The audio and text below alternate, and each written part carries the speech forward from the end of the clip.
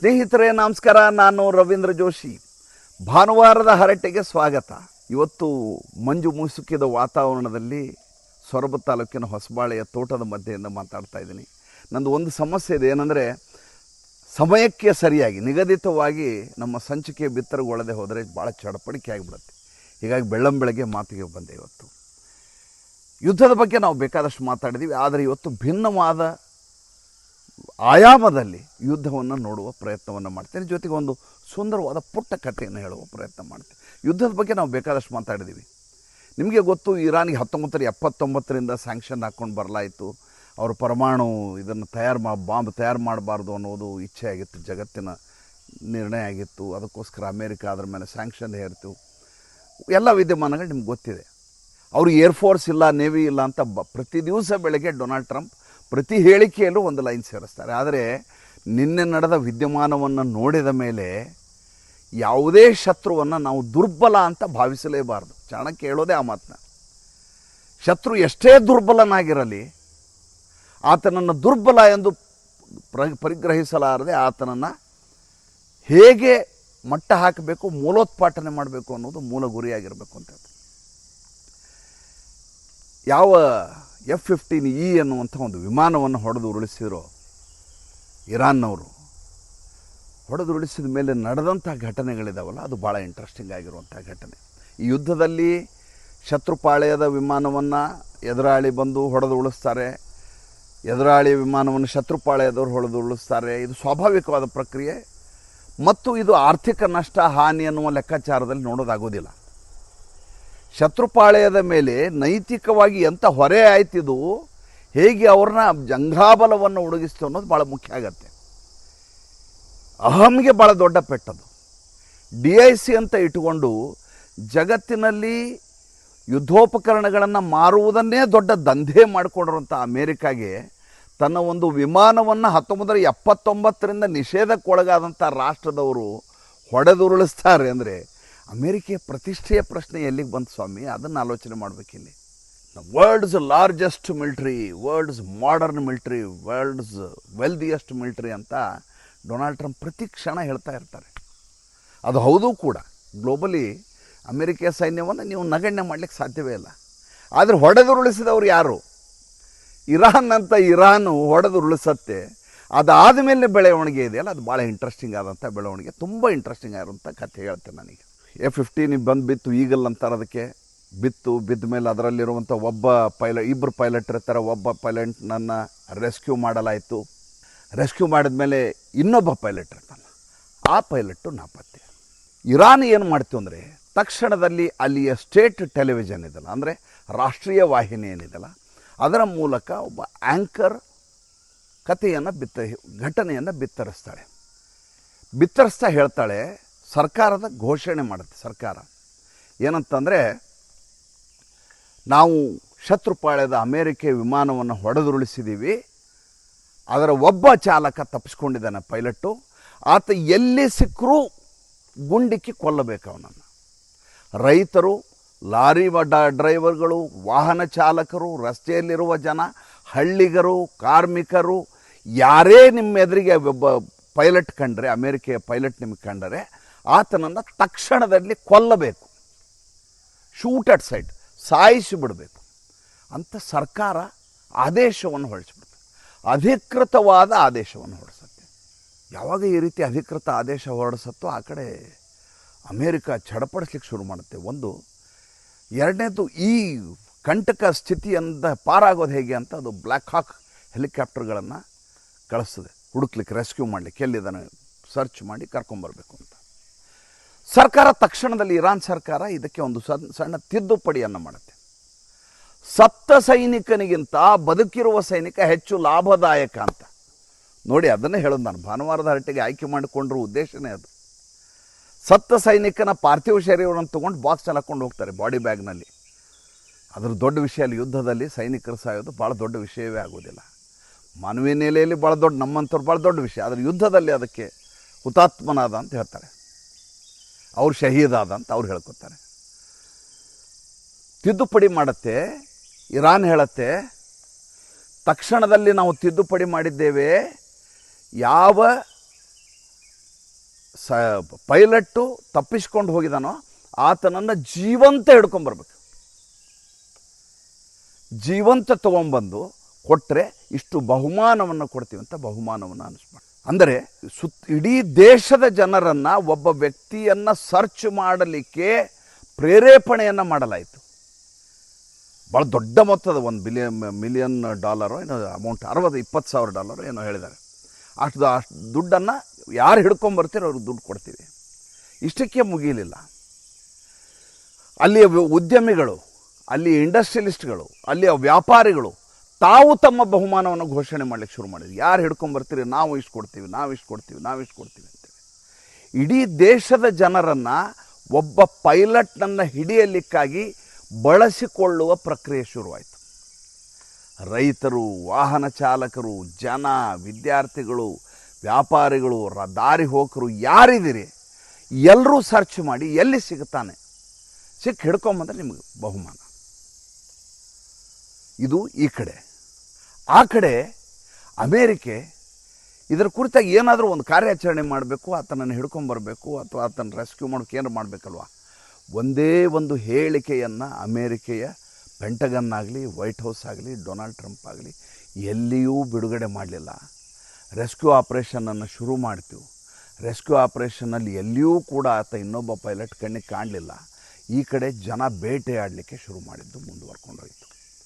ನಿನ್ನೆ ರಾತ್ರಿಯವರೆಗೂ ನಡೆದಂಥ ವಿದ್ಯಮಾನ ಇದು. ನನಗೆ ತಕ್ಷಣ ನೆನಪು ಬಂದದ್ದು ಯಾವುದು ಗೊತ್ತಾ? ನಮ್ಮ ಅಭಿನಂದನ್ ವರ್ಧಮಾನ್ ಪ್ರಕರಣ 2019 ಫೆಬ್ರವರಿ 26. ಡೇಟ್ ಇನ್ನೂ ಹಂಗೇ ನೆನಪಿದೆ ನನಗೆ. ಯಾಕೆಂದರೆ ಆ ಸಂದರ್ಭದಲ್ಲಿ ಭಾರತ ದೇಶ ತೋರಿಸಿದಂಥ ಧೀರೋದಾತ್ತ ನಿಲುವು ಇದೆಯಲ್ಲ, ಅದು ಎಂಥ ಪ್ರಜೆಯಾದರೂ ಕೂಡ ಹೆಮ್ಮೆ ಪಡಬೇಕು, ಅಭಿಮಾನ ಪಡಬೇಕು. ಎಂಥ ದೇಶದಲ್ಲಿ ಹುಟ್ಟಿದ್ದೇನೆ ನಾನು ಅಂತ. ಘಟನೆಯನ್ನು ಸಣ್ಣದಾಗಿ ಹೇಳ್ಬಿಡ್ತೀನಿ, ನಿಮಗೆಲ್ಲ ಗೊತ್ತಿರೋದು. ಆದರೆ ಒಂದು ಸಲ ರೀಬ್ರಷ್ ಮಾಡಿಬಿಡ್ತೀನಿ. ಯಾಕಂದರೆ ಮೆಮ್ರಿ ಇಸ್ ವೆರಿ ಶಾರ್ಟ್. ನಮಗೆ ನಮ್ಮ ಸ್ಮೃತಿ ಇದೆಯಲ್ಲ ಭಾಳ ಹೊತ್ತು ನೆನಪಿಟ್ಕೊಳ್ಳಲ್ಲ. ಆ ಕ್ಷಣದಲ್ಲಿ ನಮಗೊಂದು ಸಂಚಲನೆಯನ್ನು ಉಂಟು ಮಾಡುತ್ತೆ, ರೋಮಾಂಚನವನ್ನು, ಆಮೇಲೆ ಮರ್ತು ಬಿಡ್ತೀನಿ ನಾನು. ಅಭಿನಂದನ್ ವರ್ಧಮಾನ್ ದೊಡ್ಡ ಸ್ಟಾರ್ ಆದ ಸಂದರ್ಭ ಅದು. ಆ ಮೀಸೆ ನನಗಿನ್ನೂ ಹಾಗೆ ನೆನಪಿದೆ. I had A wonderful tea ಅಂತ ಹೇಳ್ಕೊಂಡು ಆತ ಹೊರಗೆ ಬಂದದ್ದು. ಅಟಾರಿ ಬಾರ್ಡರಿಂದ ಕರ್ಕೊಂಬರ್ತಾರೆ. ಘಟನೆ ಏನಂತ ಸಣ್ಣದಾಗಿ ಹೇಳ್ತೀನಿ. ಫೆಬ್ರವರಿ 26 ಬಾಲಕೋಟ್ ಸ್ಟ್ರೈಕ್ ಆಗುತ್ತೆ. ಅದಾದಮೇಲೆ ಫೆಬ್ರವರಿ 27ನೇ ತಾರೀಕು ರಿಟಾಲಿಯೇಷನ್ ಮಾಡ್ತಾರೆ. ರಿಟಾಲಿಯೇಷನ್ ಮಾಡಿ ಅವರ F-16 ಬರುತ್ತೆ, ಭಾರತದ ಮೇಲೆ ದಾಳಿ ಮಾಡಬೇಕು ಅಂತ ಬರುತ್ತೆ. MiG-21ನಲ್ಲಿ ನಮ್ಮ ಅಭಿನಂದನ್ ವರ್ಧಮಾನ್ ಇರ್ತಾರೆ, ವಿಂಗ್ ಕಮಾಂಡರ್ ಅಭಿನಂದನ್ ವರ್ಧಮಾನ್. ಆತ ಅವರ ವಿಮಾನವನ್ನು ಹೊಡೆದುರುಳಿಸ್ತಾರೆ. ಅಷ್ಟೊತ್ತಿಗೆ ಒಂದು ಮಿಸೈಲ್ ಬಂದು ನಮ್ಮ MiG-21 ಹೊಡೆದು ಬಿಡುತ್ತೆ. MiG-21 ಹೊಡೆದು ಬಿಡುತ್ತೆ. ಲ್ಯಾಂಡಿಂಗ್ ಮಾಡಬೇಕಾದ ಅನಿವಾರ್ಯತೆ ಬರುತ್ತೆ. ಅಭಿನಂದನ್ ವರ್ಧಮಾನ್ ಲ್ಯಾಂಡ್ ಮಾಡ್ತಾರೆ. ನೋಡಿದರೆ POK, ಪಾಕ್ ಆಕ್ಯುಪೈಡ್ ಕಾಶ್ಮೀರ, ನಮ್ಮ LOCಯಿಂದ 7 ಕಿಲೋಮೀಟರ್ ದೂರದಲ್ಲಿ. ಯಾವಾಗ ಈತ ಅಲ್ಲಿ ಲ್ಯಾಂಡ್ ಮಾಡ್ತಾರೋ ಸುತ್ತಲೂ ಹಳ್ಳಿಯ ಜನ ಸೇರಿಬಿಡ್ತಾರೆ. ಈತನಿಗೆ ಗೊತ್ತಾಗ್ತದೆ, ಅರೆರೆರೆರೆ ನಾನು ಶತ್ರುಪಾಳ್ಯದ ಮಧ್ಯದಲ್ಲಿ ಸಿಲುಕಿ ಹಾಕ್ಕೊಂಡಿದ್ದೀನಿ ಅಂತ. ಹೇಗಾದರೂ ಮಾಡಿ ಅಲ್ಲಿ ತಪ್ಪಿಸ್ಕೋಬೇಕು ಅಂತ ಟ್ರೈ ಮಾಡ್ತಾ ಇರ್ತಾನೆ. ಅಷ್ಟೊತ್ತಿಗೆ ಪಾಕಿಸ್ತಾನದ ಆರ್ಮಿಯಲ್ಲಿ ಎಂಟ್ರಿ ಆಗಿಬಿಡುತ್ತೆ. ಆದದ್ದೇ ಜನರನ್ನು ಇದು ಮಾಡಿ ಈತನನ್ನು ತಕ್ಷಣದಲ್ಲಿ ಅಬ್ಡಕ್ಷನ್ ಮಾಡಿಬಿಡ್ತಾರೆ. ಒತ್ತೆಯಾಳಾಗಿ ಇಟ್ಕೊಂಡ್ಬಿಡ್ತಾರೆ. ಎಂಥ ಸ್ಥಿತಿ ರೀ ಭಾರತ ದೇಶಕ್ಕೆ. ಒಬ್ಬ ವಿಂಗ್ ಕಮಾಂಡರು, ಅದು ಹಿಂದಿನ ದಿವಸ ಬಾಲಾಕೋಟ್ ಏರ್ ಸ್ಟ್ರೈಕ್ ಮಾಡಿದ್ದೀವಿ, ರಿಟಾಲಿಯೇಷನ್ನಲ್ಲಿ ಹೊಡೆದು ಉರುಳಿಸಿದ್ದೀವಿ ಅವರು ವಿಮಾನ. ಆದರೂ ಅವರ ಕ್ಷಿಪಣಿಯಿಂದ ನಮಗೆ ನಷ್ಟ ಆಗಿ ಒಬ್ಬ ಸಿಕ್ಕಾಕ್ಕೊಂಡಿದ್ದಾನೆ. ತಕ್ಷಣದಲ್ಲಿ ನಮ್ಮ ಅಫಿಷಿಯಲ್ಸು ಮತ್ತು ನಮ್ಮ ವಿದೇಶಾಂಗ ಸಚಿವಾಲಯ, ರಕ್ಷಣಾ ಸಚಿವಾಲಯ, ಪ್ರಧಾನಮಂತ್ರಿ ಕಾರ್ಯಾಲಯ ತಕ್ಷಣದಲ್ಲಿ ಬಾಜ್ವಾ, ಆವಾಗ ಮೊನ್ನೆ ಬಚ್ಚಲ ಮನೆಯಲ್ಲಿ ಸೊಸೆ ಜೊತೆ ಸ್ನಾನ ಮಾಡುವಾಗ ಬಿದ್ದು ಸತ್ನಲ್ಲ ಆತ, ಆವಾಗ ಅಲ್ಲಿಯ ಚೀಫ್, ಈಗ ಹೆಂಗೆ ಮುಲ್ಲಾ ಮುನೀರ್ ಇದ್ದಾನೆ ಅವಾಗ ಆತ ಇದ್ದ.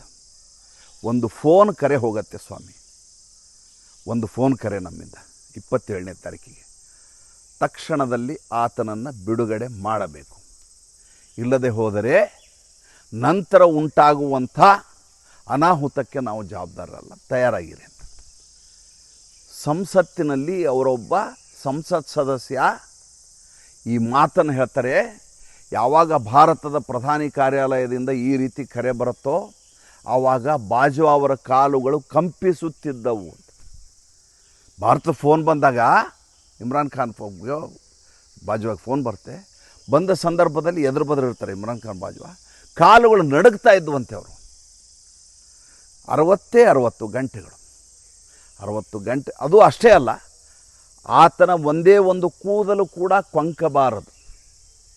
ವರ್ಧಮಾನ್ದು ಒಂದೇ ಒಂದು ಕೂದಲು ಕೂಡ ಕೊಂಕಬಾರದು. ಆ ರೀತಿ ನೀವು ಕಳಿಸ್ಕೊಡ್ಬೇಕು ಅಂತ 60 ಗಂಟೆಗಳ ಅವಧಿಯಲ್ಲಿ ಅತ್ಯಂತ ಗೌರವಯುತವಾಗಿ ನಮ್ಮ ಅಠಾರಿ ಬಾರ್ಡರ್ನಲ್ಲಿ, ವಾಘಾ ಅಠಾರಿ ಬಾರ್ಡ್ರಲ್ಲಿ ಆ ಬಾರ್ಡರ್ ಮೂಲಕ ಬೀಳ್ಕೊಡಲಾಯಿತು.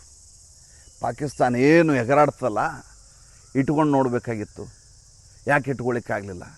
ಏಕೆಂದರೆ ಭಾರತದ ಆಕ್ರಮಣಕಾರಿ ಶೈಲಿ, ಭಾರತಕ್ಕಿರುವಂಥ ಆತ್ಮವಿಶ್ವಾಸ, ಭಾರತ ತನ್ನ ಸೈನಿಕನಿಗೆ ಕೊಡುವ, ಯೋಧನಿಗೆ ಕೊಡುವಂಥ ಗೌರವ ಅದಿದೆಯಲ್ಲ, ಅದು ಉತ್ಕಟ. ಅದಕ್ಕಿಂತ ದೊಡ್ಡ ಶಬ್ದ ನನ್ನ ಹತ್ರ ಇಲ್ಲವೇ ಇಲ್ಲ.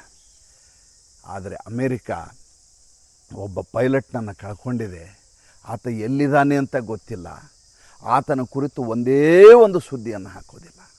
ಹುಡುಕ್ತಾ ಇದ್ದೀವಿ ಅಂತ ಹಾಕೋದಿಲ್ಲ. ಸಿಕ್ಕಿದ್ದಾನೆ ಅಂತ ಹಾಕೋದು. ಒಬ್ಬ ಸಿಕ್ಕಿದ್ದಾನೆ ಅಂತ ಹಾಕಿದರೆ ಇನ್ನೊಬ್ಬ ಎಲ್ಲಿ? ಸುದ್ದಿ ಇಲ್ಲ. ಇದು ಅಮೇರಿಕಾಗೆ ಬಿದ್ದಂಥ ಅತಿ ದೊಡ್ಡದಾದಂಥ ಪೆಟ್ಟು, ಆರ್ಥಿಕವಾಗಿ, ನೈತಿಕವಾಗಿ. ಈಗಾಗಲೇ ಹಿಂದೆ ಒಂದು ಸಲ ಯುದ್ಧ ಶುರುವಾದ ಮಾರನೇ ದಿವಸ 3 ವಿಮಾನಗಳು ಬಿದ್ದು. ಹೇಗೆ ಮುಚ್ಚಿ ಹಾಕಲಾಯಿತು ಅಂದರೆ, ಕುವೈತು ಬೈ ಮಿಸ್ಟೇಕು ತನ್ನ ಮಿತ್ರ ಪಡೆ ವಿಮಾನಗಳನ್ನು ತಾನೇ ಹೊಡೆದುರುಳಿಸ್ತದೆ. ಎಲ್ಲಿಯಾದರೂ ಕೇಳಿದಿರನ್ರಿ, ಇವರು ವಿಮಾನ ಹೊಡೆದು ಉರುಳಿಸಿದರು ಅಂತ ಹೇಳ್ಕೊಂಡು ಓಡಾಡ್ತಾರೆ. ಭಾರತ ದೇಶದ ಒಂದೇ ಒಂದು ಯುದ್ಧ ವಿಮಾನವೂ ಕೂಡ ಮೊನ್ನೆ ನಡೆದಂಥ ಆಪರೇಷನ್ ಸಿಂಧೂರ್ನಲ್ಲಿ ಬೀಳಲಿಲ್ಲ. ಆದರೆ ಇದೇ ಟ್ರಂಪು ಪ್ರತಿ ದಿವಸ 2 ಸಂಚಿಕೆಯನ್ನು ವಿಮಾನಗಳ ಸಂಖ್ಯೆ ಏರಿಸ್ತಾ ಹೋದ. ಒಂದು 5-6 ವಿಮಾನ ಬಿದ್ದಿದ್ದಾವೆ ಅಂದ, 7 ಬಿದ್ದಿದ್ದಾವೆ ಅಂದ, 8 ಬಿದ್ದಿದ್ದಾವೆ ಅಂದ, 10 ಬಿದ್ದಿದ್ದಾವೆ ಅಂದ. ಬಾಯಿಗೆ ಬಂದ ಹಾಗೆ ತಿಂಗಳುಗಟ್ಟಲೆ ಮಾತಾಡಿದೆ. ಭಾರತ ದೇಶ, ನಾವು ಭಾರತೀಯರು ಕರ್ಮ ಸಿದ್ಧಾಂತವನ್ನು ನಂಬಿದವರು, ಪ್ರಕೃತಿಯನ್ನು ನಂಬಿದವರು, ದೇವರನ್ನು ನಂಬಿದವರು. ನಮ್ಮವರು ಕಿಂಚಿತ್ ಒಂದೇ ಒಂದು ಶಬ್ದ ಅದರ ಬಗ್ಗೆ ಏನೂ ಮಾತಾಡಲಿಲ್ಲ. ನಮ್ಮ ಸೈನ್ಯ ಉತ್ತರ ಕೊಡ್ತೀವಿ, ನಮ್ಮ ಯಾವುದೇ ವಿಮಾನಗಳು ಬಿದ್ದಿಲ್ಲ ಅಂತ ಸ್ಪಷ್ಟನೆಯನ್ನು ಕೊಡ್ತೀವಿ. ಸುಳ್ಳು ಹೇಳಲಿಕ್ಕಾಗಲ್ಲ. ಸೈನ್ಯ ಯಾವತ್ತು ಅಧಿಕೃತವಾದ ಮಾಹಿತಿಯನ್ನು ಕೊಡ್ತೀವಿ. ಆದರೆ ನಮ್ಮ ರಾಹುಲ್ ಗಾಂಧಿ 8 ವಿಮಾನ ಬಿದ್ದಿದ್ದಾವಂತಲ್ಲ, ಲೆಕ್ಕ ಕೊಡಿ, ಸಂಸತ್ನಲ್ಲಿ ಚರ್ಚೆ ಇಡಿ ಅಂತ ಮಾತಾಡಿದರು. ದೇಶದ ವಿರುದ್ಧ ಮಾತನಾಡಿದಂಥ ದೇಶದ್ರೋಹಿ ಆತ. ಈಗಲೂ ರಕ್ತ ಕೊತ ಕುದೀತದೆ ಆತನ ಮಾತು ಕೇಳಿದರೆ. ಇವತ್ತು ಯಾರು ಭಾರತದ ಒಂದೇ ಒಂದು ವಿಮಾನ ಬೀಳದೇ ಇದ್ದ ಸಂದರ್ಭದಲ್ಲಿ ನಮ್ಮ ಮೇಲೆ ಆ ರೀತಿಯ ಆರೋಪ ಮಾಡಿ ನಮ್ಮನ್ನು ನೈತಿಕವಾಗಿ ಧೃತಿಗೆಡಿಸಲಿಕ್ಕೆ ಪ್ರಯತ್ನ ಮಾಡಿದರು, ಅಂಥ ಡೊನಾಲ್ಡ್ ಟ್ರಂಪನ ದೇಶದ ಜಗತ್ತಿನ ಅತಿ ಬಲಾಢ್ಯವಾದಂಥ ಸೈನ್ಯದ ಯುದ್ಧ ವಿಮಾನವೊಂದು ಬಿದ್ದಿದೆ. ಅದು ದುರ್ಬಲ ಶತ್ರು ರಾಷ್ಟ್ರದಿಂದ ಬಿದ್ದಿದೆ. ಬಿದ್ದಿರುವ ಚಾಲಕನನ್ನು, ಪೈಲಟ್ನನ್ನು ಹುಡುಕ್ಲಿಕ್ಕೆ ಸಾಧ್ಯ ಆಗಿಲ್ಲ. ಜನ ಅಟ್ಟಾಡಿಸಿಕೊಂಡು ಹೋಗಿ ಹೊಡಿತಾ ಇದ್ದಾರೆ, ಬೇಟೆ ಆಡ್ತಾ ಇದ್ದಾರೆ ಇರಾನ್ನಲ್ಲಿ. ಅಮೇರಿಕೆಯಿಂದ ಉತ್ತರವೇ ಇಲ್ಲ. ಹೇಳಿದ್ನಲ್ಲ ಕರ್ಮ ಸಿದ್ಧಾಂತ ಅಂತ. ಅವತ್ತು ಆತ ಆಡಿದ ಮಾತಿಗೆ ಇವತ್ತು ದೇವರು ಆತನಿಗೆ ಬುದ್ಧಿಯನ್ನು ಕಲಿಸ್ತಾ ಇರೋದು. ಇದ್ರ ಜೊತೆ ಇನ್ನೊಂದು ಭಾಳ ದೊಡ್ಡ ಬೆಳವಣಿಗೆ ಆಗಿದೆ, ಅದನ್ನು ಹೇಳ್ಬಿಡ್ತೀನಿ. ಭಾನುವಾರ ಆಗಿರೋದ್ರಿಂದ ಸ್ವಲ್ಪ ನಾನು ಸಮಯವನ್ನು ನಿಮ್ಮದು ತಗೋಬಹುದು ಅನ್ನುವಂಥ ನಂಬಿಕೆ. ಬ್ರಿಡ್ಜ್ ಕೆಡವಿದ್ರು ಮೊನ್ನೆ, B1 ಬ್ರಿಡ್ಜ್ ಅಂತ ನಿಮ್ಗೆ ಗೊತ್ತು. 1 ಕಿಲೋಮೀಟ್ರು ಇದು ಅದು ಕರಜ್ ಮತ್ತು ಟೆಹರಾನ್ ಮಧ್ಯೆ ಇದ್ದಂಥ ಲಿಂಕ್. ಅತ್ಯಂತ ಎತ್ತರದಲ್ಲಿ 2 ಬೆಟ್ಟಗಳ ಮಧ್ಯೆ ಮಾಡಿದಂಥ ಬ್ರಿಡ್ಜ್, ಫೈನಲ್ ಸ್ಟೇಜಲ್ಲಿದ್ದಂಥ ಬ್ರಿಡ್ಜ್ ಅದು. ಕೆಡವಿದ್ರು. ಕೆಡವಿದ ತಕ್ಷಣ ಟ್ರೂತ್ ಸೋಷಲ್ಸಲ್ಲಿ ದೊಡ್ಡದಾಗಿ ಹಾಕೊಂಬಿಟ್ರು. ಡೊನಾಲ್ಡ್ ಟ್ರಂಪ್ ಹೊಡೆದುರುಳಿಸ್ತಾ ಚಿತ್ರವನ್ನು ತೋರಿಸಿದರು. ನೋಡಿ ಹೆಂಗೆ ಹೊಡೆದುರುಳಿಸಿದ್ದೀವಿ, ಇನ್ಮೇಲೆ ಅವ್ರಿಗೆ ಸಂಪರ್ಕವೇ ಇಲ್ಲ ಅಂತ. ಅದಕ್ಕೆ ನೀವು ಹೊಡೆದಾಡ್ತಾ ಇರೋದು ಯಾರ ಜೊತೆ ಸ್ವಾಮಿ? ಬೀದಿ ರೌಡಿ ಜೊತೆ ಹೊಡೆದಾಡಿದರೆ ಮರ್ಯಾದೆ ಹೋಗೋದು ನಿಮ್ಮದೇ. ನೀವು ಅವನಿದ್ರೆ ದೊಡ್ಡ ದಾದಾ ಅಂತ ಅನ್ಸ್ಕೊಳ್ಳಿಕ್ಕೆ ಸಾಧ್ಯವೇ ಇಲ್ಲ. ಇರಾನ್ ಅದಕ್ಕೆ ಉತ್ತರ ಏನು ಕೊಡ್ತೀವಿ? 5 ದೇಶಗಳ 8 ಬ್ರಿಡ್ಜ್ಗಳನ್ನು ಕೆಡವುತ್ತಾ ಇದ್ದೀವಿ. ಯಾವುದು ಟ್ರೂತ್ ಸೋಷಲ್ಸಲ್ಲಿ ಹಾಕಲಿಲ್ಲ, ಸೋಷಿಯಲ್ ಮೀಡಿಯಾದಲ್ಲಿ ಹಾಕಲಿಲ್ಲ. ಅಧಿಕೃತವಾಗಿ ಅಫಿಷಿಯಲ್ ಆಗಿ ಜಾಗ, ಬ್ರಿಡ್ಜ್ ಹೆಸರು, ಎಲ್ಲೆಲ್ಲಿ ಹೊಡಿತೀವಿ, ಯಾವಾಗ ಹೊಡಿತೀವಿ, ಇಷ್ಟು ಮಾಹಿತಿಯನ್ನು ಕೊಟ್ಟರು. ಯಾವ್ಯಾವ ಬ್ರಿಡ್ಜ್ ಸ್ವಾಮಿ? ಸೌದಿ ಅರೇಬಿಯಾ ಮತ್ತು ಬೆಹರಿನನ್ನು ಕನೆಕ್ಟ್ ಮಾಡುವಂಥ ಬ್ರಿಡ್ಜು. ಆ ಬ್ರಿಡ್ಜ್ ಏನಾದರೂ ಬಿದ್ದರೆ ಆ ಇಡೀ 2 ದೇಶದ ಲಾಜಿಸ್ಟಿಕ್ಕೇ ಬಿದ್ದೋಯ್ತು.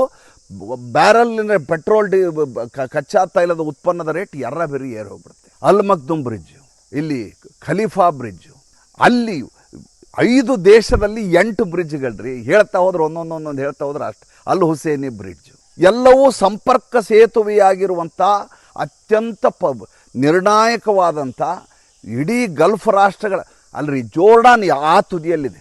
ಆ ಬ್ರಿಡ್ಜನ್ನು ಕೆಡುತ್ತೀನಿ ಅಂತ ಲಿಸ್ಟಲ್ಲಿ ಸೇರಿ ಸಂಬಂಧವೇ ಇಲ್ಲ. ಇಷ್ಟು ಬ್ರಿಡ್ಜ್ಗಳನ್ನು ಅಧಿಕೃತವಾಗಿ ಸ್ಫೋಟಿಸಿ ಮುಗಿಸ್ಬಿಡ್ತೀವಿ ಅಂತ ಹಾಕಿದ್ದಾರೆ.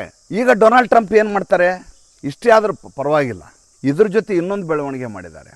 ಏನಪ್ಪ ಅಂತಂದರೆ, ನಿಮಗೆ ತಾಕತ್ತಿದ್ರೆ ಜಗತ್ತಿನ ಯಾವ ರಾಷ್ಟ್ರವಾದರೂ ಬಂದು ಸ್ಟ್ರೇಟ್ ಆಫ್ ಹಾರ್ಮೋಸನ್ನು ವಾಪಸ್ ತೆಗಿಸ್ಲಿಕ್ಕೆ ಸಾಧ್ಯ ಆದ್ರೆ, ನಾವು ತೀರ್ಮಾನ ಮಾಡಿದ ಮೇಲೆ ತೆಗಿಸ್ಲಿಕ್ಕೆ ಸಾಧ್ಯ ಆದರೆ ಬಂದು ತೋರಿಸಿ, 100 ವರ್ಷಗಳ ಕಾಲ ಅದನ್ನು ಓಪನ್ ಮಾಡಲ್ಲ, ನಾವು ಏನು ಮಾಡ್ಕೋತೀರ ಮಾಡ್ಕೊಳ್ಳಿ ಅಂತ ಅಲ್ಲಿಯ ವಿದೇಶಾಂಗ ಸಚಿವ ಸ್ಟೇಟ್ಮೆಂಟ್ ಕೊಟ್ಟಿದ್ದಾನೆ.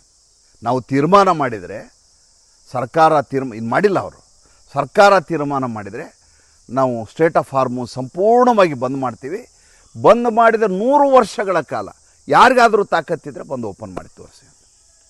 ಉಗ್ರತೆಯ ಅಟ್ಟಹಾಸದ ಪರಮೋಚ್ಚ ಸ್ಥಿತಿ ಅದು. ಈ ರೀತಿ ಹೊಣೆಗೇಡಿತನದ, ಈ ರೀತಿ ಉಗ್ರತೆಯನ್ನು, ರೌದ್ರಾವತಾರವನ್ನು ತೋರಿಸುವಂಥ ರಾಷ್ಟ್ರದ ಜೊತೆ ಕುಸ್ತಿ ಹಿಡಿದ್ರೆ ಒಂದು ಪೂರ್ತಿ ಮುಗಿಸ್ಬಿಡ್ಬೇಕು, ಹೆಂಗಾರ ಆಗಿಬಿಡ್ಲದು ಮುಗಿಸ್ಬಿಡ್ಬೇಕು. ಈ ರೀತಿ ತೊಂದರೆ ಕೊಡೋದಿದೆಯಲ್ಲ, ಯುನೈಟೆಡ್ ಅರಬ್ ಎಮಿರೇಟ್ಸ್ನ 3 ಪ್ರಮುಖವಾದಂಥ ಬ್ರಿಡ್ಜ್ಗಳನ್ನು ಹೊಡೆದು ಉಳಿಸ್ತಾ ಇದ್ದಾರೆ. ಹೆಂಗೆ ಮುಂದೆ ಏನು ಮಾಡ್ಬೇಕು ಅವ್ರು ಹೇಳಿ ನೋಡೋಣ. ಯುದ್ಧ ಯಾವತ್ತೋ ಒಂದು ದಿವಸ ಮುಗಿದು ಹೋಗುತ್ತೆ. ಜಗತ್ತಿನ ಯಾವ ಯುದ್ಧಗಳು ಶಾಶ್ವತವಾಗಿ ಇರೋದಿಲ್ಲ. ಆದರೆ ಅದರಿಂದ ಉಂಟಾಗುವಂಥ ಹಾನಿ, ಅದರಿಂದ ಉಂಟಾಗುವಂಥ ಜನಸಂಖ್ಯೆ ಮೇಲಾಗುವಂಥ ಪರಿಣಾಮ ಇದೆಯಲ್ಲ, ದುಷ್ಪರಿಣಾಮ, ಅದು ತಕ್ಷಣದಲ್ಲಿ ಹೊರಟು ಹೋಗುವಂಥದ್ದಲ್ಲ. ಇದು ಡೊನಾಲ್ಡ್ ಟ್ರಂಪ್ಗೆ ಅರ್ಥವೇ ಆಗ್ತಾಯಿಲ್ಲ. ಆತ ಆಡೋ ಮಾತುಗಳನ್ನ ಕೇಳಬೇಕು ನೀವು. I did A deal. Deal ಇಬ್ಬರು ವ್ಯಾಪಾರಿಗಳ ಮಧ್ಯೆ ನಡೆಯೋದ್ರಿ. ಡೀಲು 2 ರಾಷ್ಟ್ರಗಳ ಮಧ್ಯೆ ನಡೆಯೋದಲ್ಲ. ಈತ ವ್ಯಾಪಾರಿ, ಟ್ರಂಪ್ ಟವರು, ಗಾಲ್ಫ್ ಕೋರ್ಸು ಕಟ್ಕೊಂಡು ಆದಂಥ ವ್ಯಕ್ತಿ. ಈಗ ಇದಕ್ಕಿದ್ದ ಹಾಗೆ ಅಧ್ಯಕ್ಷ ಆಗಿರೋದ್ರಿಂದ ಡೀಲ್ ಅಂತ ಮಾತಾಡ್ತಾನೆ. 2 days ಸೀಸ್ ಫೈರ್ ಅಂತ. ಸೀಸ್ ಫೈರ್ ಯಾರು ಕೇಳ್ತಾರೆ ಸ್ವಾಮಿ? ಯಾವ ಎದುರಾಳಿ ದುರ್ಬಲನಾಗಿರ್ತಾನೋ ಆತ ಒಂದು ಬ್ರೇಕಿಗೋಸ್ಕರ ಸೀಸ್ ಫೈರ್ ಕೇಳ್ತಾನೆ, ಶಾಂತಿ ಸಂಧಾನಕ್ಕಾಗಿ ಸೀಸ್ ಫೈರ್ ಅಂತ. 2 days ಸೀಸ್ ಫೈರ್. ಭಾರತಕ್ಕೆ ಒಂದು 10 ಸಲ ಕೇಳಿದ್ರು ನಮ್ಮ ವಿದೇಶಾಂಗ ಸಚಿವಾಲಯಕ್ಕೆ, ಸೀಸ್ ಫೈರಾ, ಆಪರೇಷನ್ ಸಿಂಧೂರ್ದು ಸೀಸ್ ಫೈರಾ ಅಂತ ಕೇಳಿದ್ರು. ಭಾರತ ಸರ್ಕಾರ ಹೇಳ್ತು ಸೀಸ್ ಫೈರ್ ಅಲ್ಲ ಅಂತ, ಇದು ಪಾಸ್. ಇದು ನಮ್ದು ಇನ್ನೂ ಚಾಲೂ ಇದೆ, ಈಗ ಪಾಸ್ ಹಾಕಿದ್ದೀವಿ, ಮತ್ತೆ ಮುಂದುವರಿಯುತ್ತೆ. ಸೀಸ್ ಫೈರ್ ಅಲ್ಲ. ಸೀಸ್ ಫೈರ್ ಅಂದರೆ ಇಬ್ಬರ ಮಧ್ಯೆ ಒಡಂಬಡಿಕೆ ಮಾಡ್ಕೊಂಬಿಡೋದು. ಇಲ್ಲ, ನಾವು ಇಷ್ಟು ದಿವಸ ನೀವು ಯುದ್ಧ ಮಾಡೋದಿಲ್ಲ ಅಂತ. ಸೀಸ್ ಫೈರ್ ನೀತ ಕೇಳ್ತಾ ಇದ್ದೀನಿ. ಎಷ್ಟು ದಿವಸ? 2 ದಿವಸ, 48 hours ಸೀಸ್ ಫೈರ್. ಇರಾನ್ ಏನು ಹೇಳ್ತೇಳಿ? ಇರಾನ್ ಹೇಳ್ತೇ ಇಲ್ಲ, ಆಗಲ್ಲ ಅಂತ. ಇಲ್ಲ, ಸೀಸ್ ಫೈರ್ ನಮ್ಗೆ ಒಪ್ಪಿಗೆ ಇಲ್ಲ ಅಂತ. ಈಗ ಯಾರು ಗಟ್ಟಿ ಇದ್ದಾರೆ ಅಂತಾಯಿತು? ಡೊನಾಲ್ಡ್ ಟ್ರಂಪ್ ಗಟ್ಟಿ ಇದ್ದಾನ, ಇರಾನ್ ಗಟ್ಟಿ ಇದೆಯಾ? ನನಗೆ ನೀವು ಹೇಳಿ. ಈತ ಏನಂತಾರಂದ್ರೆ ಇದು ಭಿಕ್ಷೆ ಬೇಡೋ ಥರ ಕೇಳ್ತಾ ಇರೋದು ಸೀಸ್ ಫೈರ್ನ. ಇಲ್ಲಾದರೆ ನೀನು ಮುಗಿಸ್ಬಿಡ್ತೀನಿ, ಇಲ್ಲ 1ನೇ ದಿವಸದಿಂದ ನಿಮ್ಮನ್ನು ಮುಗಿಸ್ಬಿಡ್ತೀನಿ ಅಂತಲೇ ಹೇಳ್ತಾ ಇರೋದು ರೀ ಟ್ರಂಪ್. ಮುಗಿಸ್ತಾ ಇರೋದು ಉಳಿದು ಎಲ್ಲ ಗಲ್ಫ್ ರಾಷ್ಟ್ರಗಳನ್ನ ಮುಗಿಸ್ತಾ ಇರೋದು ನಮ್ಮನ್ನು. ಯಾಕೆಂದ್ರೆ ಪ್ರಭಾವ ಆಗ್ತಾ ಇರೋದು ನಮ್ಮ ಮೇಲೆ. $106 ಒಂದು ಬ್ಯಾರಲ್ ಪೆಟ್ರೋಲ್ ಅಂತದ ಕಚ್ಚಾ ತೈಲ ಅಂದರೆ ನಾವು ಎಲ್ಲಿಗೆ ಹೋಗೋಣ? ಏನೋ ನಮ್ಮ ಸರ್ಕಾರ ಅದೇ ರೇಟನ್ನು ಉಳಿಸ್ಕೊಂಡು ಎಷ್ಟು ದಿವಸ ಉಳಿಸ್ಕೊಳ್ಳಿಕ್ಕೆ ಸಾಧ್ಯ? ಇವತ್ತಿನ ಆಮೇಲೆ ಈ ಸೌದಿ ಅರೇಬಿಯಾ ಮತ್ತು ಇದ್ರ ಮಧ್ಯೆ ಇರುವಂಥ ಬಹ್ರೇನ್ ಮಧ್ಯೆ ಇರುವಂಥ ಸಂಪರ್ಕ ಸೇತುವೆಗಳು ಇವೆಲ್ಲ ಬಿದ್ದೋದ ಮೇಲೆ ಈ ಸಾಗಾಣಿಕೆ ಇನ್ನೂ ಕಷ್ಟ ಆಗುತ್ತೆ, ಲಾಜಿಸ್ಟಿಕ್ಕೇ ನಿಂತು ಹೋಗ್ಬಿಡುತ್ತೆ. ಆವಾಗ ಏನು ಮಾಡೋದು? ದಿನದಿಂದ ದಿನಕ್ಕೆ ಇದರ ಪರಿಣಾಮ, ದುಷ್ಪರಿಣಾಮ ತೀವ್ರವಾಗಿರುತ್ತೆ. ಅದಕ್ಕೆ ನರೇಂದ್ರ ಮೋದಿ ಹೇಳಿದ್ದು ಕೋವಿಡ್ ರೀತಿಯ ಸಂಕಷ್ಟವನ್ನು ಎದುರಿಸಲಿಕ್ಕೆ ಸನ್ನದ್ಧರಾಗಿ ಅಂತ. ಅದರರ್ಥ ಲಾಕ್ಡೌನ್ ಹಾಕ್ತೀನಿ ಅಂತಲ್ಲ. ಮೂರ್ಖರು ಬಂದು ಹೇಳ್ತಾರೆ, ಮೂಕ್ಷಿಕಾಮಿಗಳು ಲಾಕ್ಡೌನ್ ಹಾಕ್ತಾರೆ. ಅಂದರೆ ಎಷ್ಟು ದೀರ್ಘಾವಧಿಯ ತೊಂದರೆಗಳನ್ನು ನಾವು ಅನುಭವಿಸ್ಬೇಕಾಗತ್ತೆ ಅಂತ. ನರೇಂದ್ರ ಮೋದಿಗೆ ಇರುವಂಥ ದೂರದೃಷ್ಟಿ ಅದು. ಯಾವ ಯುದ್ಧ 1 ವಾರ 2 ವಾರಕ್ಕೆ ಮುಗಿಯುತ್ತೆ ಅಂತ ಡೊನಾಲ್ಡ್ ಟ್ರಂಪ್ನೇ ಅಂದ್ಕೊಂಡಿದ್ನೋ, ಅವತ್ತಿನ ದಿವಸ ನರೇಂದ್ರ ಮೋದಿ ಹೇಳಿದರು 3ನೇ ದಿವಸನೇ ಯುದ್ಧ ಶುರುವಾಗಿ, ಇದು ಮುಗಿಯಲ್ಲ ಇದು ಅಂತ. ನೋಡಿ ಆಗಿದೆ ಅವರೆಲ್ಲ. ಆತ ರಾಜಕಾರಣ ಮಾಡ್ತಾವೆ, ದಶಕಗಳಾಗೋದು ಯಾವ ಯುದ್ಧಗಳು ಏನಾಗ್ತಾವಂತ. ಇಷ್ಟು ಯುದ್ಧಗಳನ್ನ ನೋಡ್ಕೊಂಬಂದಂಥ ಮನುಷ್ಯ. ಈತ ಮರ್ಚೆಂಟು, ವ್ಯಾಪಾರಿ. ಈತ ಡೀಲ್ ಮಾಡಿಬಿಡ್ತೀನಿ ಅಂತ ಹೋಗ್ತಾರೆ. ಅದರ ಅನುಭವ ನಮ್ಮ ಮೇಲೆ ಈ ರೀತಿ ಆಗುತ್ತೆ. ಮತ್ತು ಸುಮಾರು ವಿಷಯಗಳಿದ್ದಾವೆ, ನಾಳೆ ಸೋಮವಾರದಿಂದ ಮಾತಾಡ್ತೀನಿ. ಒಂದು ಸಣ್ಣ ಕಥೆಯನ್ನು ಹೇಳಿ ಇವತ್ತಿನ ಸಂಚಿಕೆಯನ್ನು ಮುಗಿಸ್ತೀನಿ. ನೀವು ಪ್ರೇಮ್ಚಂದ್ ರಾಯ್ಚಂದ್ ಅಂತ ಹೆಸರು ಕೇಳಿರ್ಬೋದು. Is a textile king in Mumbai. ಭಾಳ ದೊಡ್ಡ ವ್ಯಾಪಾರಿ. ಮುಂಬೈ ಸ್ಟಾಕ್ ಎಕ್ಸ್ಚೇಂಜ್ ಆಗಲಿಕ್ಕೆ ಕಾರಣೀಭೂತರಾದವರಲ್ಲಿ ಆತನೂ ಒಬ್ಬ. ಜೈನ್ ಸಮುದಾಯಕ್ಕೆ ಸೇರಿದ ಮನುಷ್ಯ, ದಯಾಳು, ಧರ್ಮ ಪ್ರವರ್ತಕ, ಸೇವೆ ಮಾಡುವುದರಲ್ಲಿ ನಿಸ್ಸೀಮ. ಮುಂಬೈನಲ್ಲಿ ದೊಡ್ಡ ಹೆಸರು. ನೀವು ಯಾರು ಕೇಳಿದ್ರು ಪ್ರೇಮ್ಚಂದ್ ರಾಯ್ಚಂದ್ ಅಂತ ಗೂಗಲ್ ಹೋದರೆ ನಿಮ್ಗೆ ಮಾಹಿತಿ ಸಿಗತ್ತೆ. ಆತನ ಮನೆಯಲ್ಲಿ ಆತನಿಗೊಬ್ಬ ತಾಯಿ. ಈ ಜೈನ ಸಮುದಾಯದಲ್ಲಿ ಸಂಜೆ 6 ಗಂಟೆ ಒಳಗೆ ಊಟ ಮಾಡ್ಬೇಕು, ಸೂರ್ಯಾಸ್ತ ಆಗೋದ್ರೊಳಗೆ ಊಟ ಮಾಡ್ಬೇಕು ಅವರಲ್ಲಿ ಪದ್ಧತಿ. ಈ ಪ್ರೇಮಚಂದ್ರ ರಾಯಚಂದ್ರನ ತಾಯಿಗೆ ಕಣ್ಣಿಲ್ಲ, ಅಂಧೆ, ವಯಸ್ಸಾಗಿದೆ. ಆಕೆಗೆ ಸೂರ್ಯಾಸ್ತ ಆಯಿತೋ ಎಲ್ಲ ಗೊತ್ತಾಗಲ್ಲ, ಟೈಮ್ ನೋಡ್ಲಿಕ್ಕೆ ಟೈಮ್ ಎಷ್ಟಾಯಿತು ಅಂತ ಬಂದವ್ರಿಗೆಲ್ಲ ಕಾಟ ಕೊಡೋದ್ರಿ. ಯಾಕಂದರೆ ಟೈಮ್ ಆಗಿಬಿಟ್ರೆ ಊಟ ಅಷ್ಟಲ್ಲಿ ಮುಗಿಸ್ಬಿಡೋಣ ಅಂತ, ಎಲ್ಲಿ ಸೂರ್ಯಾಸ್ತ ಆಗ್ಬಿಡುತ್ತೋ, ನನ್ನ ವೃತ್ತ ಭಂಗ ಆಗಿಬಿಡುತ್ತೋ ಅನ್ನೋಂಥ ಯೋಚನೆ ಪಾಪ ತಾಯಿಗೆ. ಪ್ರತಿ ದಿವಸ ಈತ ಕೇಳ್ಕೊತ ಮನೇಲಿದ್ದವರೆಲ್ಲ ಹೇಳೋರು ಗೊಣಕೊಳ್ಳೋರು, ಅಯ್ಯೋ ಹೇಳ್ತೀವಿ ಇರಲಿ ಅಂತಂದವರು, ಗೊತ್ತಲ್ಲ ವಯಸ್ಸಾದ್ಮೇಲೆ ಹೆಂಗೆ ಕಾಟ ಕೊಡ್ತಾರೆ ಅಂತ ಅಂದ್ಕೊಂಡು ಹೇಳೋರು. ಪಾಪ ಈತ ಮಗ ಇದನ್ನಲ್ಲ, ಮಗನ ನೋಡ್ರಿ ಪುತ್ರ ವಾತ್ಸಲ್ಯ ಅದು ಹೆಂಗಿರುತ್ತೆ ಅಂದರೆ, ಮಗನ ಕೇಳ್ತಾರೆ ಟೈಮ್ ಎಷ್ಟಾಯಿತು ಅಂತ. ಅಮ್ಮ ಇನ್ನೂ ಆಗಿಲ್ಲಮ್ಮ, ಟೈಮ್ ಇನ್ನೂ ಸ್ವಲ್ಪ ಹೊತ್ತಿದೆ. ಮತ್ತೆ ಮಾರನೇ ದಿವಸ ಏನೋ ಕೆಲಸ ಮುಗಿಸ್ಕೊಂಡು ತಲೆ ಮೇಲೆ ಟೊಪ್ಪಿಗೆ ಹಾಕ್ಕೊಂಡು ಕಚ್ಚೆ ಪಂಚೆ ಹಾಕ್ಕೊಂಡು ಮತ್ತೆ ಹೋಗ್ತಾರೆ. ಅಮ್ಮ ಟೈಮ್ ಎಷ್ಟಾಯ್ತಾ? ಇವನಿಗೆ ಅನಿಸುತ್ತೆ ನಮ್ಮ ತಾಯಿ ಈ ರೀತಿ ಟೈಮ್ ಕೇಳಬಾರ್ದು ನನಗೆ, ಅಂಥದ್ದು ಏನಾದರೂ ಒಂದು ಮಾಡಬೇಕು. 1878ರಲ್ಲಿ ಈತ ಒಂದು ದೊಡ್ಡದಾದಂಥ 280 ಅಡಿ ಎತ್ತರದ ಒಂದು ಗಂಟೆಯನ್ನು ಪ್ರತಿಷ್ಠಾಪಿಸಬೇಕು. ಆ ಗಂಟೆ ಪ್ರತಿ ಗಂಟೆಗೆ ಒಂದು ಸಲ ಹೊಡಿಬೇಕು. ಅದು ಹೊಡೆದದ್ದು ಹೆಂಗಂದ್ರೆ ಇಡೀ ಮುಂಬೈ ಕೇಳಿಸ್ಬೇಕು. ಅದು ಆ ರೀತಿಯ ಗಂಟೆ ಮಾಡಬೇಕು. 2,80,000 ರೂಪಾಯಿ ಎಸ್ಟಿಮೇಷನ್ ಕೊಡ್ತಾರೆ ಅದಕ್ಕೆ 1878ರಲ್ಲಿ. 2,80,000 ಎಸ್ಟಿಮೇಷನ್ ಕೊಡ್ತಾರೆ, ಕಟ್ಟು ಅಂತ. ಆಗಲಿ, ಅವತ್ತಿನ 2,80,000 ಇವತ್ತು ಕೋಟಿಗಟ್ಟಲೆ ಅದು ಕಟ್ಲಿಕ್ಕೆ ಶುರು ಮಾಡ್ತಾರೆ. ಮುಗಿಯೋ ಹೊತ್ತಿಗೆ 5.5 ಲಕ್ಷ ಆಗುತ್ತೆ ಖರ್ಚು, ಆಲ್ಮೋಸ್ಟ್ ಡಬಲ್ ಆಗ್ಬಿಡುತ್ತೆ. ಆ ಗಂಟೆ ಇದೆಯಲ್ಲ, ರಾಜಾಬಾಯಿ ಗಂಟ ಅಂತ ಅದ್ರ ಹೆಸರು, ರಾಜಾಬಾಯಿ ಕ್ಲಾಕ್ ಅಂತ ಹಾಕ್ಯಾರ ಅದ್ರ ಮೇಲೆ, ತಾಯಿ ಹೆಸರು ರಾಜಾಬಾಯಿ ಅಂದರೆ ಈ ಪ್ರೇಮಚಂದ್ರ ರಾಯಚಂದ್ರನ ತಾಯಿ. ಆ ಗಂಟೆ, ಅದರಲ್ಲಿ ಒಳಗಡೆ ಗಂಟೆಗಳಿದಾವೆ, ಬೇರೆ ಬೇರೆ ಥರದ ಗಂಟೆಗಳನ್ನ ಹಾಕಿದ್ದಾರೆ. ಅದು ನೋಡಲಿಕ್ಕೆ ಭಾಳ ಸುಂದರವಾಗಿದೆ, ಅದರ ಫೋಟೋ ಹಾಕ್ತೀನಿ ನಿಮಗೆ. ಯೂನಿವರ್ಸಿಟಿ ಕ್ಯಾಂಪಸ್ಸಲ್ಲಿ ಮಾಡಿದ್ದಾರೆ.